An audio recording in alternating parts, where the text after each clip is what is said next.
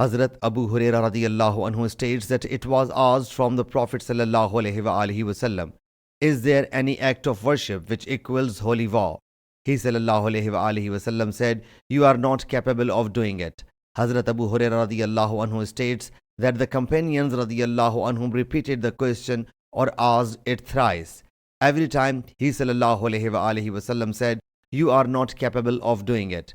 The third time he sallallahu alaihi wasallam said, whoever participates in a holy war in Allah's way is like him who observes fast, standing nocturnal vigils, performs optional prayers during night, meticulously follows the verses of Allah Jalla Jalaluhu, and does not get sick of observing fast and performing prayer until the mujahid in the way of Allah Jalla Jalaluhu returns. Sahih Muslim Hadees number 4846.